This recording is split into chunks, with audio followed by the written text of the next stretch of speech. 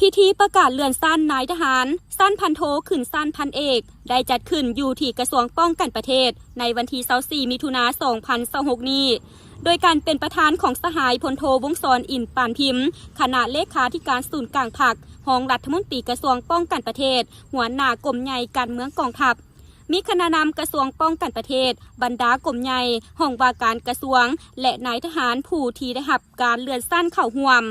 ในพิธีสหายพลตรีแสงมณีวรคำมณีกรรมการคณะประจำพรรคกระทรวงป้องกันประเทศของหัวหน้ากรมใหญ่การเมืองกองทัพได้ขึ้นพันดำรัสของนายกรัฐมนตรีแห่งสาธารณรัฐประชาธิปไตยปาสุลาว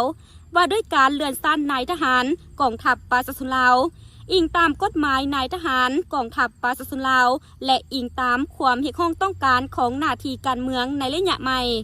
เห็นดีเลื่อนสั้นนายทหารที่มีผลงานดีเด่นมีคุณสมบัติศีลธรรมปฏิบัติและมีความรู้ความสามารถนักแน่นในการชี้นำพา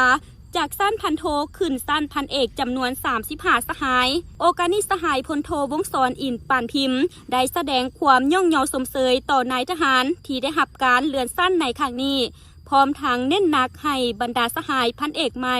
จงเพิ่มทวีความรับผิดชอบต่อหน้าที่การเมืองของตนให้สูงขึ้นกว่าเก่าตั้งหน้าฝึกฝนหล่อหลอมตนเองในทุกด้านรักษามูลเสื้ออันดีงามของกองทัพเป็นคันทุงในการชี้นำพากรมกองเพื่อเหตุสำเร็จทุกหน้าที่การเมืองที่ภาครัฐกองทัพและประชาชนมอบหมายให้ประกอบส่วนเข้าในภารกิจปกปักรักษาและพัฒนาประเทศชาติ